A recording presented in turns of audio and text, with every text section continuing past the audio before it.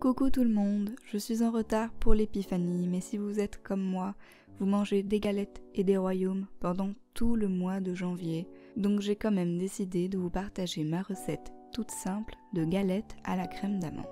On commence par préparer la crème d'amande. Dans une grande assiette creuse, je vais venir mettre la margarine et le sucre roux que je vais crémer ensemble à la fourchette. Il faut vraiment utiliser de la margarine, vous ne pouvez pas le remplacer par de l'huile.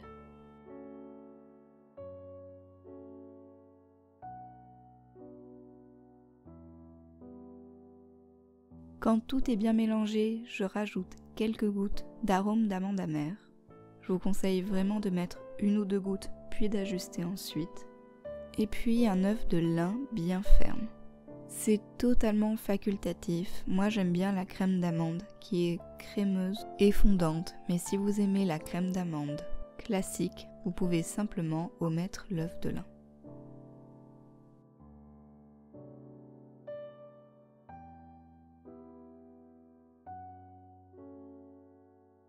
Je rajoute ensuite un peu de vanille.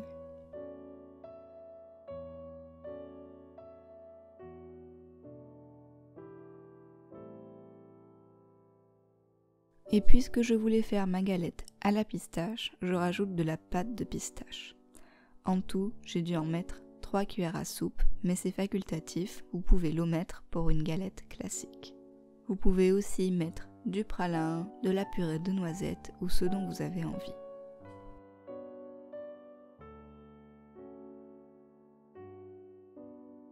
On rajoute enfin la poudre d'amande.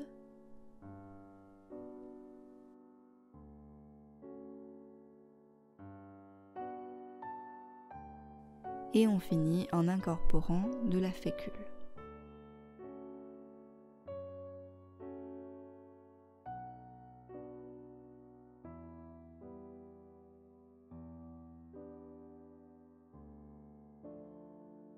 Une fois que tout est bien homogène, on va laisser reposer au frigo une dizaine de minutes.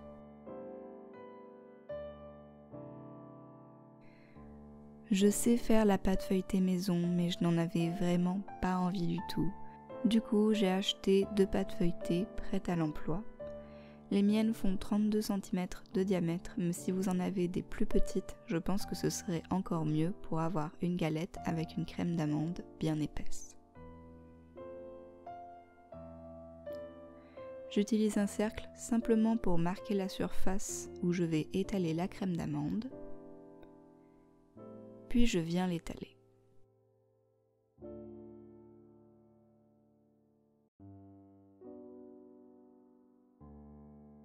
Cette couche est assez fine. Si vous utilisez de plus petites pâtes feuilletées, elle sera plus épaisse, mais vous pouvez aussi multiplier les quantités pour avoir une crème d'amande bien généreuse.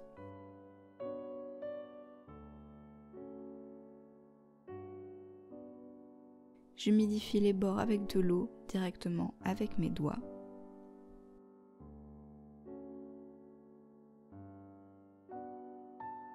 Puis je viens poser ma deuxième pâte par-dessus. Pour les souder, je vous déconseille d'appuyer trop fort, il faut presser mais légèrement et lisser le dessus de la pâte pour vérifier qu'il n'y a pas de grosses bulles d'air entre les 2 pâtes feuilletées.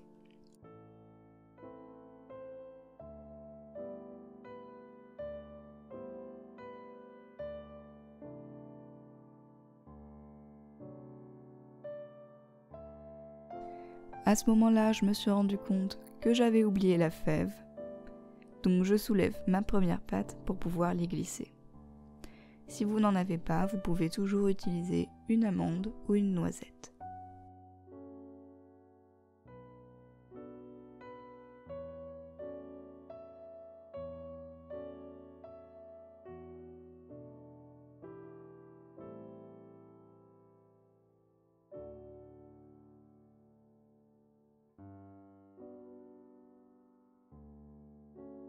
Puisque la pâte du dessous était plus jolie, j'ai retourné ma galette.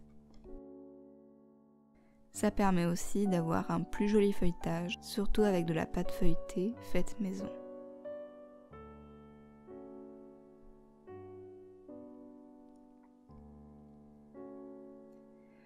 Personnellement, j'ai décidé de chiqueter ma galette. Vous n'êtes pas obligé, c'est simplement pour l'esthétisme.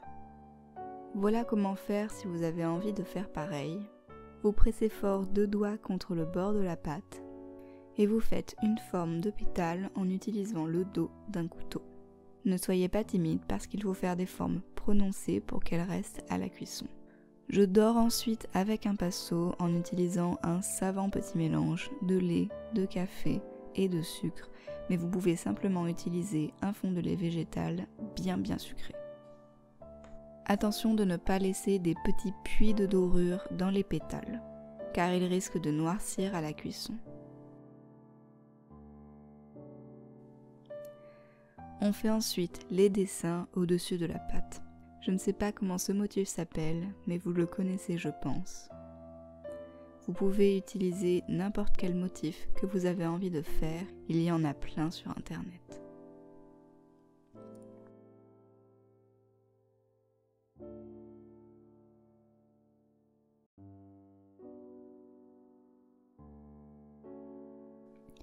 Ce qui est important après, c'est de faire des petits trous pour créer des cheminées d'où la vapeur va s'échapper pendant la cuisson. Je le fais directement sur mon motif pour ne pas que ça se voie après cuisson.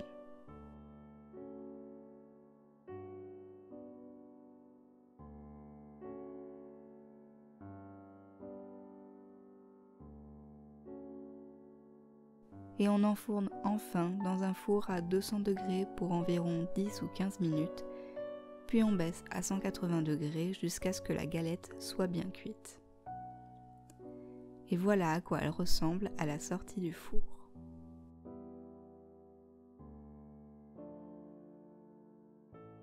J'avais envie de la rendre encore plus brillante, donc je l'ai glacée avec un sirop de sucre. Si vous voulez faire la même chose, toutes les instructions seront dans la recette sur mon blog.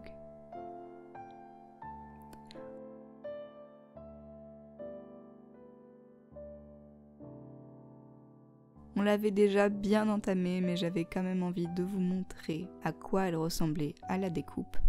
Et d'ailleurs, c'est cette part qui avait la fève. J'espère que cette recette vous aura plu, c'est vraiment super simple de faire sa propre galette. Donc si vous la testez, vous m'en direz des nouvelles.